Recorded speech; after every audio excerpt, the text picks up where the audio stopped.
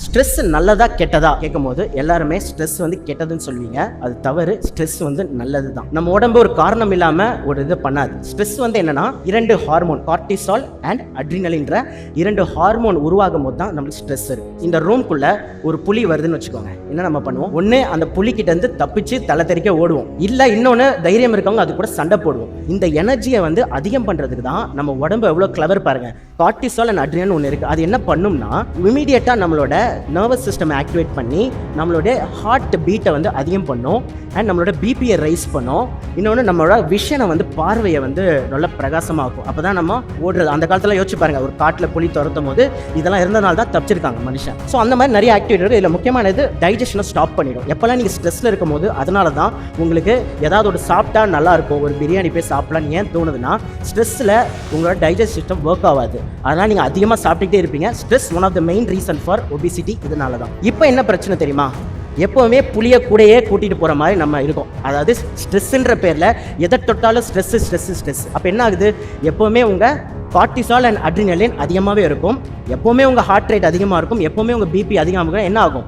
போக போக இதுதான் number 1 reason for cardiac arrest, heart problem. ரீசெண்டாக ஒரு ஸ்டடி பண்ணாங்க, ரொம்ப ஃபேசினேட்டிங்கான ஸ்டடி.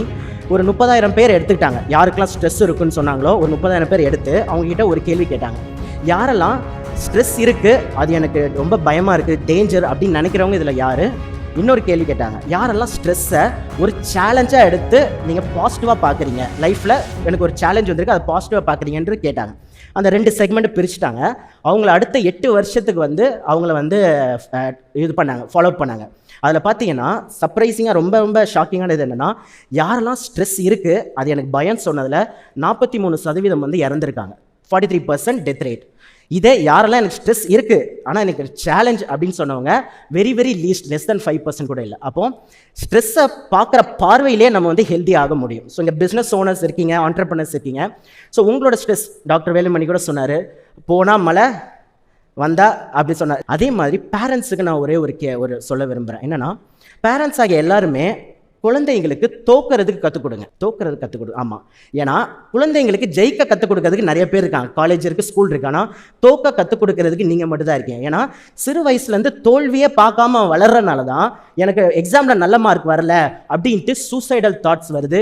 சின்ன டிப்ரெஷன், ஆங்ஸைட்டி எல்லாருமே குழந்தைகள் சூசைடுக்கு போகிற ரீசனே அவங்க தோக்கவே இல்லை. பேம்பரிங் பண்ணி வளர்க்கறதுனால தோல்வினா அவனுக்கு என்னன்னே தெரில. அப்போ நீங்கள் பண்ணக்கூடிய முதல் வேலை அவங்கள தோக்கிறதுக்கு கற்றுக் கொடுங்க.